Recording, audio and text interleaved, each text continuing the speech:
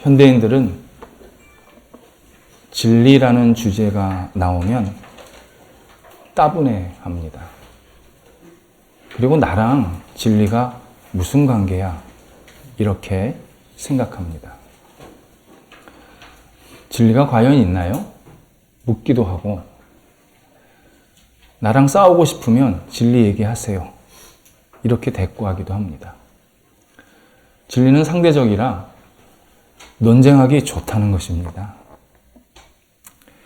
그런데 진리가 없거나 상대적이라면 매우 심각한 상황에 우리가 빠집니다.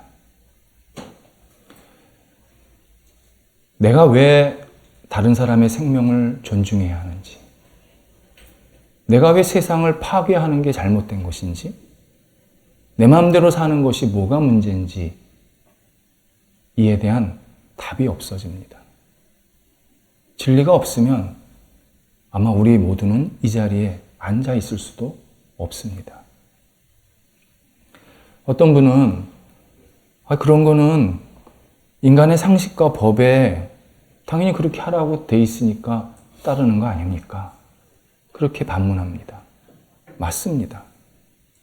하지만 인간의 상식과 법이 하늘에서 뚝 떨어지지 않았습니다. 콩나물 자라듯이 자기가 혼자 이렇게 이게 법이다, 이게 상식이다, 그렇게 나타나지 않았습니다. 사람이 기준이 되는 모체를 보고 상식과 법을 만든 겁니다. 그 모체가 진리입니다. 사람들이 인정하던 인정하지 않던 내가 지금 이 세상에서 살고 있는 자체는 진리 위에 세워진 세상을 살고 있는 것입니다. 거부할 수가 없습니다. 진리는 절대적이고 최종적이고 항구여일한 진실입니다. 진리는 사람에 따라서 시대에 따라 바뀌지를 않습니다. 항상 같습니다. 그러다 보니까 믿을만 하고 당연히 따를 수밖에 없는 속성을 가지고 있습니다. 그래서 진리를 표현할 때 진리는 진리 그 자체다, 이런 표현을 쓰는 겁니다.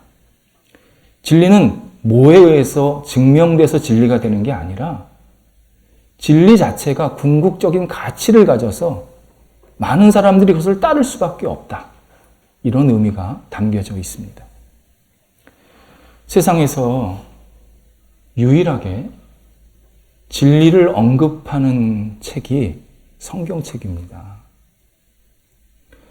구약성경 출애굽기 3장 14절에 보면 하나님께서 모세에게 나타나셔서 당신을 소개하십니다.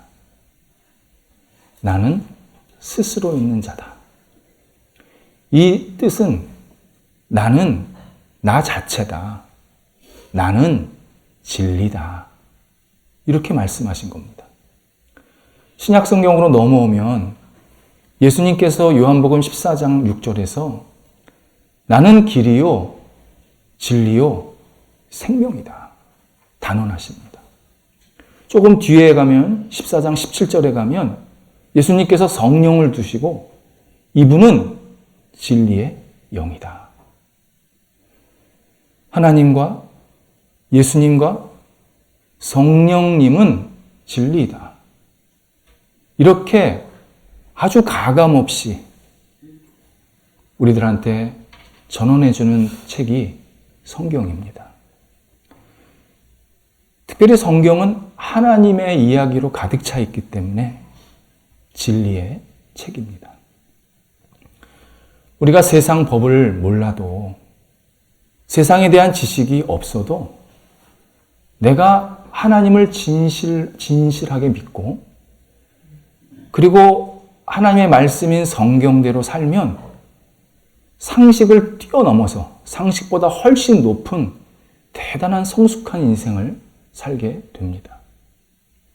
반대로 진리를 거부하면 진실하다든지 성숙은 둘째치고 삶이 혼란스러워집니다. 큰 배를 타고 항해를 하는데 지도가 없는 겁니다.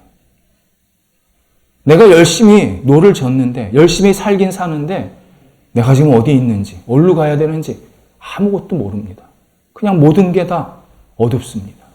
진리를 거부하면 그런 인생이 됩니다. 진리를 거부하면 내 탐욕을 차리는데 아주 전문가가 됩니다. 법의 테두리 안에서 내 사리사욕을 잘 취하는데 아주 재능꾼들이 됩니다. 그리고 늘 같은 말을 합니다. 이것은 합법이었다. 나는 불법을 행하지 않았다. 이렇게 이야기합니다. 진리를 거부하면 선과 악, 옳음과 그름의 경계선이 허물어집니다. 그리고 그 자리에 뭐가 들어가냐면 힘을 가져야 된다. 힘을 갖고 싶어하는 의지만 남습니다. 그래서 힘이 정의를 만든다고 생각합니다. 힘이 옳다고 생각합니다. 힘이 없으면 나는 약자라고 생각을 합니다. 힘이 없으면 난 실패자라고 생각을 합니다. 힘을 가져야 된다. 힘이 진리다. 이런 생각으로 꽉 찹니다. 그러나 진리가 담보되지 않은 힘은 많은 경우, 아니 다 자기 이익만을 추구하는 엄청난 폭력이 됩니다. 이것을 우리는 너무 많이 보고 있습니다. 인간이 가지고 있는 권력을 포함한 모든 힘은 진리의 근거에서 늘 점검받아야 합니다.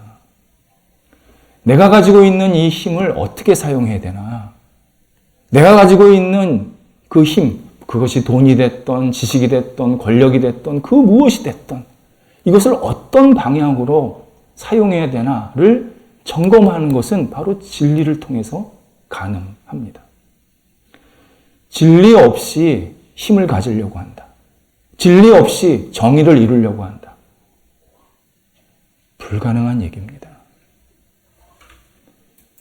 많은 사람들이 여기서 실패를 합니다. 성경에 오늘 본문에 나오는 유대인도 마찬가지였습니다. 유대인과 유대 지도자들은 특권이 하나 있었습니다. 하나님을 제일 먼저 알았습니다.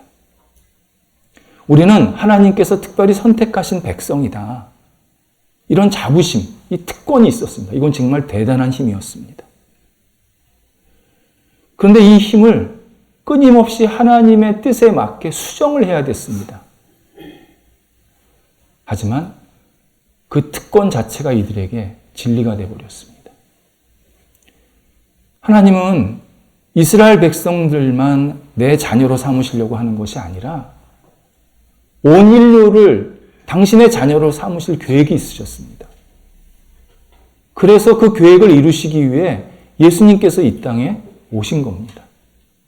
하지만 유대인들은 특권은 우리한테 있는데 무슨 예수야? 하면서 예수님을 배척합니다. 핍박합니다. 죽게 놔둡니다. 그것으로 끝나지 않았습니다. 예수 믿는 사람까지도 핍박합니다. 본인들이 가지고 있는 특권, 본인들이 가지고 있던 힘을 어떻게 잘 활용해야 될까, 어떻게 하나님의 뜻을 이룰까를 생각하지를 않고 본인들 지키는데 다른 사람을 다 무너뜨리는 데 사용했습니다. 먼저 유대 지도자들이 2000년 전 초대 기독교인들을 핍박하는 상황을 좀 정리를 해 드릴 필요가 있습니다. 8장 1절 뒷부분에 보면 핍박을 받은 그리스도인들 중에서 사도들만 예루살렘에 남고 다른 사람들은 다 주변 지역으로 흩어지게 됩니다. 이걸 다시 풀어드리면 유대 지도자들이 주된 핍박의 대상으로 삼은 사람들은 헬라어를 사용하는 그리스도인들이었습니다. 히브리어, 그러니까 예루살렘이나 이스라엘 지역에 살던 그 히브리어를 사용하던 그리스도인들도 핍박에서 자유롭지는 않았습니다. 그런데 유대 지도자들은 그 핍박의 우선순위를 헬라어를 쓰는 그리스도인들에게 집중시킵니다. 유대 지도자들은 사도들을 비롯한 히브리어를 쓰는 이스라엘 백성들을 쉽게 강하게 핍박할 수가 없었습니다. 오랫동안 같이 얼굴을 본 사이입니다. 이스라엘이 크지 않습니다. 예루살렘을 중심으로 서로 그냥 왔다 갔다 얼굴도 보고 또 한 달이 건너면 서로 아는 처지고 그러니까 서로 이모저모 관계성이 생긴 겁니다. 그러다 보니까 쉽게 강하게 핍박할 수가 없었습니다. 그런데 헬라어를 쓰는 그리스도인들은 굴러온 돌입니다. 유대 지도자들이랑 별 상관이 없는 이방인처럼 살던 사람들입니다. 무자비하게 핍박할 수 있었습니다. 울고 싶은데 지금 뺨 때린 겁니다. 이전에 사도행전 5장 40절에서 사도들을 잡았을 때 유대 지도자들은 다시는 예수 이름을 전하지 마라. 이 정도 처벌로 해서 보냈습니다. 그런데 헬라어를 사용하는 그리스도인들은 그렇게 안 보냅니다. 아주 심하게 핍박을 시작합니다. 진리를 거부하면 사람이 이렇게 편협해집니다. 차별이 생깁니다. 나도 모르게. 그런데 하나님은 놀라운 모습으로 선하게 이끌어 가십니다. 신약 성경에 보면 교회들이 굉장히 많이 나옵니다. 근데 이 교회들은 대부분 헬라어를 사용하는 그리스도인들이 세운 교회들입니다. 핍박받아서 흩어져서 그 지역에 가서 복음 전도하고 교회를 세운 겁니다. 그럴 수밖에 없는 게 히브리어를 사용하는 곳은 이스라엘, 예루살렘 지역밖에 안 됩니다. 여기를 벗어나면 헬라어를 못 쓰면 살아남을 수가 없습니다. 헬라어가 대세입니다. 그러다 보니까 헬라어를 쓰는 그리스도인들이 대세가 돼버린 겁니다. 그리고 교회를 계속 세워 나갑니다. 유대 지도자들은 그 헬라어를 쓰는 그리스도인들의 우두머리를 스데반이라고 생각하고 스데반을 집중 포화를 했지만 하나님은 놀라운 모습으로 주변에 복음을 확산시키십니다. 유대 지도자들의 이 진리를 거부한 모습은 오늘 읽은 성경 전체에 아주 의미 깊게 배어 있습니다. 54절에 보면 유대인들이 스데반의 설교를 들으면서 마음에 찔렸고 이를 갈았다. 그렇게 표현되어 있습니다. 우리나라 말로 된 성경이 번역이 아주 잘 된 성경 중에 하나입니다. 전 세계에서. 그런데 이런 부분은 실수한 부분입니다. 마음에 찔렸다 그러면 무슨 생각이 나십니까?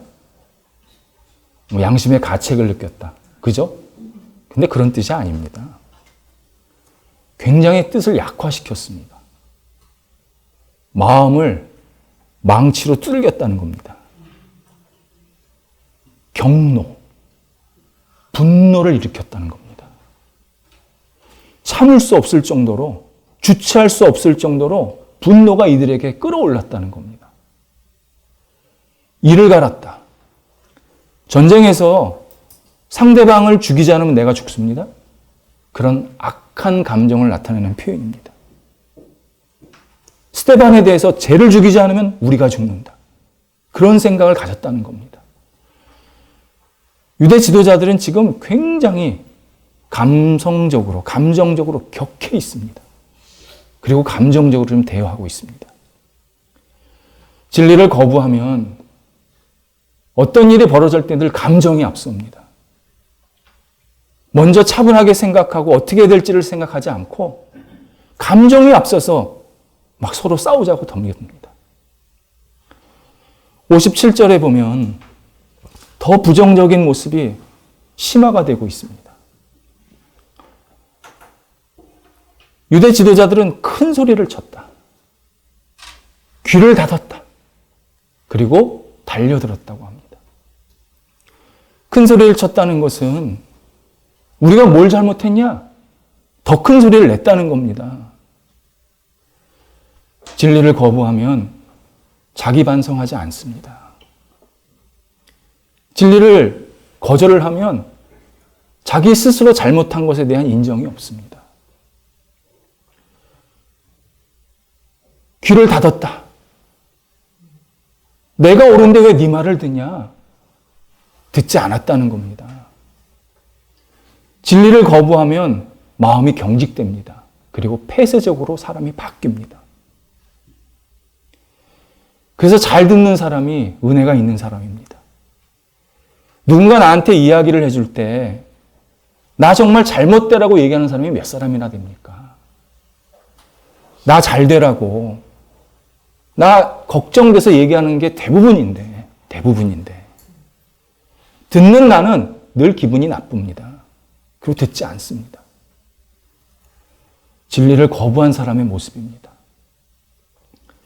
마지막에는 달려듭니다. 넘어뜨리려고 공격했다는 겁니다. 진리를 거부하면 항상 공격성이 나옵니다. 이것에 우리의 심각한 모습이 그대로 반영이 되어 있습니다. 이것으로 끝나지 않았습니다. 유대 지도자들은 58절에 결국은 돌로 스데반을 쳐서 순교를 시킵니다. 엄밀히 말해서 스데반은 돌로 맞아 처형을 당할 죄목은 아니었습니다. 성경에 보면 돌로 맞아서 죽을 수 있는 죄목은 신성모독죄가 가능합니다. 그러니까 하나님의 이름을 모욕해야 가능했습니다. 스데반은 설교 내내 한 번도 하나님의 이름을 모욕한 적이 없습니다. 그런데 유대 지도자들은 너 하나님 모욕했다. 정당한 판결 없이 돌로 스데반을 순교하게 만듭니다. 유대 지도자들의 모습을 보면서 우리 현실의 마음 아픈 정말 극복해야 할 그러한 상황을 반추하게 됩니다.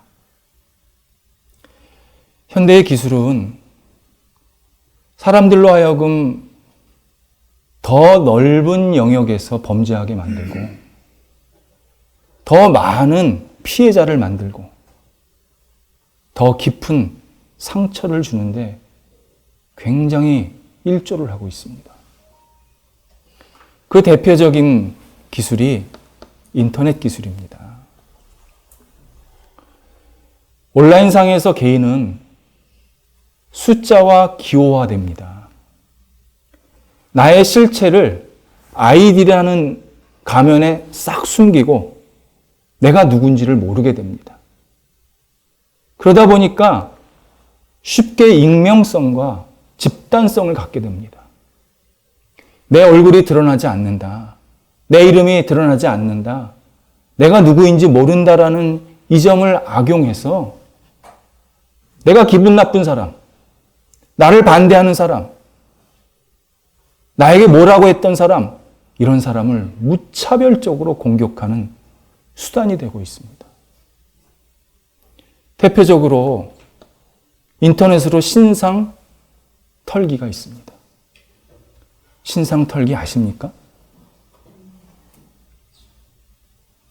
한 개인의 모든 것을 다 오픈해 버립니다. 그 사람만 공격받는 게 아니라 그 사람 가족, 그 사람의 모여있는 모임들, 개인 사생활, 구별할 것 없이 그냥 맹폭을 가합니다. 온라인상에서 내 이름이 드러나지 않는다고 상대방을 입에 담을 수도 없는 비난과 협박과 그리고 혼란을 아주 쉽게 생각합니다. 엄청난 피해가 생겼습니다. 그런데 아무도 가해자는 없습니다. 나는 너무 힘들고 죽고 싶을 정도로 괴로운데 누가 그랬는지 모릅니다. 그러다 보니까 보통 사람들이 자기 의견을 쉽게 말을 못합니다. 사람이라는 것은 내 의견도 있을 수 있고 또 이런 생각도 있을 수 있고 하는 게 당연한 건데 말을 잘못하면 인터넷 권력자들, 인터넷 독재자들한테 맹폭을 당합니다. 그걸 옆에서 사람들이 또 보면서 낄낄대며 웃고 있습니다. 심각한 병든 사회입니다.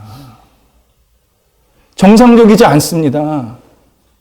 건강하지 않습니다. 이것은 반드시 지양해야 되고 치료돼야 하는 우리들의 병리적인 모습입니다. 사회적인 이러한 병적인 모습들을 치유하는 방법은 인터넷 소양 교육시킨다고 생기지를 않습니다. 모니터 앞에 딱 서는 순간에 사람의 본성은 계속 악하게 나옵니다. 이 치유는 오직 예수 그리스도밖에 나타나질 않습니다. 인격적인 예수님이 내 안에 들어오셔야 내 말과 행동과 모든 것들이 인격적으로 변합니다. 비록 모니터상에서 만나는 사람, 그 사람이 나 누군지 모르지만 또 나랑 좀 의견이 다를 수 있지만 인격적으로 대하기 시작합니다. 우리 사회에 정말 간절히 필요한 것은 인격적인 예수 그리스도입니다. 그분이 아니고는 우리의 이런 비참한 현실을 회복시킬 수가 없습니다. 진리에 붙잡힌 스데반은 그래서 우리가 생각하는 것보다 훨씬 더 성숙한 모습으로 순교의 마지막을 보여주고 있습니다. 스데반은 핍박 속에서 55절에 보니까 성령이 충만했다고 합니다. 나를 지금 죽이겠다고 달려드는데 나에게 큰 소리를 치면서 나한테 욕을 하고 있는데 스데반은 성령이 충만했다고 합니다. 하나님의 뜻을 이루려고 하는 사람은 성령께서 그의 영혼에 평안을 주십니다. 성령께서 그의 얼굴에 밝음을 주십니다. 성령께서 그의 마음을 불안하게 만들지 않으십니다. 여러분, 그래서요, 다툼이 생겼을 때 한 사람의 얼굴은 되게 어둡고 사나워졌다. 말하지 마십시오. 그 사람이 잘못하는 겁니다. 성령은 우리를 늘 밝게 만드십니다. 계속해서 스데반은 하나님의 영광과 인자이신 예수님을 보고 있다. 그렇게 나옵니다. 하나님의 영광은 하나님께서 스데반을 보면서 기뻐하고 계신다는 뜻입니다. 인정하고 계신다는 겁니다. 스데반아, 네가 지금 핍박받고 곧 순교하지만 너는 내 사랑하는 자녀다. 내가 너 인정한다. 걱정하지 마라. 하나님께서 스데반에게 보여주셨다는 겁니다. 인자이신 예수님 할 때 인자는 뜻 자체로는 사람의 아들입니다. 그런데 정확하게는 사람의 그 아들입니다. 그 아들, 정관사, 하나밖에 없다는 겁니다, 세상에. 세상에 하나밖에 없는 존재를 표현할 때 인자라고 하는 겁니다. 그리고 성경에서 인자는 다 예수님께만 붙습니다. 사람한테 붙지를 않습니다. 성경에서 인자는 최종적인 권위를 갖고 세상을 심판하시는 분으로 나옵니다. 스데반이 인자이신 예수님을 보았다는 것은 예수님께서 지금 침묵하고 계시는 게 아니라 언젠가 이 상황을 전부 다 심판하실 것이라는 것을 보여주고 계신다는 겁니다. 그 심판의 대상은 진리를 붙잡은 스데반이 아니라 진리를 거부한 유대 지도자들이라는 것을 다시 한번 확인시켜주고 있습니다. 더 놀라운 모습이, 놀랍다고 표현하기보다 더 경이로운 모습이 59절, 60절에 연달아 나옵니다. 스데반은 순교를 당하면서 하나님, 제 영혼을 하나님께 맡깁니다. 이렇게 의탁의 기도를 하고 있고, 60절에서는 하나님, 이 죄를 저들에게 돌리지 말아 주옵소서. 용서의 기도를 하고 있습니다. 진리에 붙잡힌 바 된 사람은 어떤 상황에서든 하나님께 맡깁니다. 내가 다 해결 못하는구나. 내가 해결할 수 없구나. 이것에 대해서 겸손히 인정하면서 하나님, 저 맡깁니다. 하나님께서 선하게 이끌어 주세요. 그런 기도의 사람이 됩니다. 진리에 붙잡힌 바 된 사람은 사람을 미워하지 않습니다. 나를 괴롭히고 나를 힘들게 하고 정말 나를 섭섭하게 했던 일들이 당연히 있습니다. 그리고 이거는 분명히 잘못됐다. 분별할 수 있습니다. 그리고 이거는 그렇게 하지 말아주세요. 상대방한테 부탁도 할 수 있고 지적도 할 수 있습니다. 그러나 사람을 미워하지는 않습니다. 사람을 미워하면 지는 겁니다. 누구한테요? 사탄한테요. 미워하면 제일 좋아하는 분이 하나님이 아닙니다. 사탄이 박수치고 있습니다. 그거였어, 그거. 나는 그거 원했어. 하면서 계속 우리를 미움의 길로 가게 만들려고 합니다. 진리에 붙잡힌 바 된 사람은 그 사람을 위해서 기도하고 그 사람이 잘못된 게서 다시 올 수 있도록 정말 진심으로 격려하고 옆에서 도와주는 일, 그것이 진리에 붙잡힌 바 된 사람의 모습입니다. 스데반은 핍박받고 순교하려고 예수 믿은 건 아닙니다. 그렇지 않습니까? 예수 믿고 마음이 기쁘고 정말 행복하고 잘 살고 싶어서 예수 믿은 거지. 예수 믿었는데 돌 맞으려고, 핍박받으려고 그렇게 예수 믿는 사람이 어디 있습니까? 스데반도 마찬가지였습니다. 그런데 스데반에게 돌아온 것은 핍박이었습니다. 순교였습니다. 스데반은 이것을 거부하지 않습니다. 그냥 기쁜 마음으로, 성령 충만함으로 받아들이게 됩니다. 어떻게 이런 일이 가능할까? 다니엘을 통해서 우리가 조금 생각해 볼 필요가 있습니다. 구약 성경에 다니엘이라는 인물이 나옵니다. 다니엘은 이스라엘이 멸망해서 바벨론으로 노예로 잡혀갔을 때 같이 잡혀간 청년보다 조금 어린 젊은이였습니다. 그런데 이 다니엘, 그리고 다니엘의 세 친구는 굉장히 명민했습니다. 그래서 바벨론 왕이 보니까 자기네 왕궁에서 쓰면 좋을 것 같았습니다. 그래서 왕궁으로 데려가서 자기 옆에 있게 만듭니다. 그 다니엘이 쓴 성경이 다니엘서입니다. 다니엘서 3장에 보면 다니엘의 세 친구 사드락과 메삭과 아벳느고라는 세 친구의 이름이 나오면서 그들의 이야기가 나옵니다. 이런 내용이었습니다. 세 친구는 바벨론 왕 느부갓네살에게 절을 하지 않았습니다. 숭배를 하지 않았습니다. 그랬더니 옆에서 이간질을 시켜서 결국 처벌로 뜨거운 불덩이로 들어가게 만듭니다. 세 친구는 불덩이로 들어가면서 우리를 하나님께서 지켜주실 거다. 하나님께서 보호해 주실 거다. 우리는 믿는다. 이렇게 확신하면서 들어갑니다. 근데 여기로 끝나지 않고 18절, 다니엘서 3장 18절에 한마디를 덧붙입니다. 그리 아니하실지라도 우리는 왕께 절하지 않고 하나님께만 절하겠습니다. 이걸 풀어드리면 이런 뜻입니다. 우리가 하나님께 경배하는 것은 하나님이 나에게 복을 주시고 나를 지켜주시기 때문에 경배하는 것은 아닙니다. 우리 그런 거 원합니다. 우리 생명 지켜주시기를 원합니다. 그런데 내 뜻이 하나님의 뜻과 같지 않을 수 있음도 우리는 압니다. 우리는 내 뜻보다는 하나님의 뜻이 먼저입니다. 비록 우리가 죽을지 모르겠지만 죽더라도 우리는 하나님께 경배를 멈추지 않을 것입니다. 우리가 하나님께 경배하는 이유는 그분이 우리한테 뭘 줘서가 아니라 그분만이 경배받을 뿐이기 때문입니다.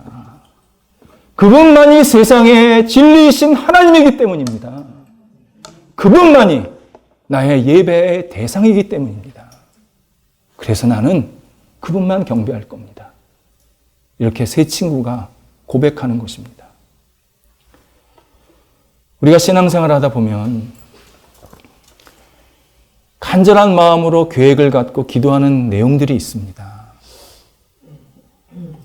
오랫동안 기도하고 또 이건 또 선한 일이라고 생각해서 그 일이 이루어졌으면 하는 바람이 있습니다.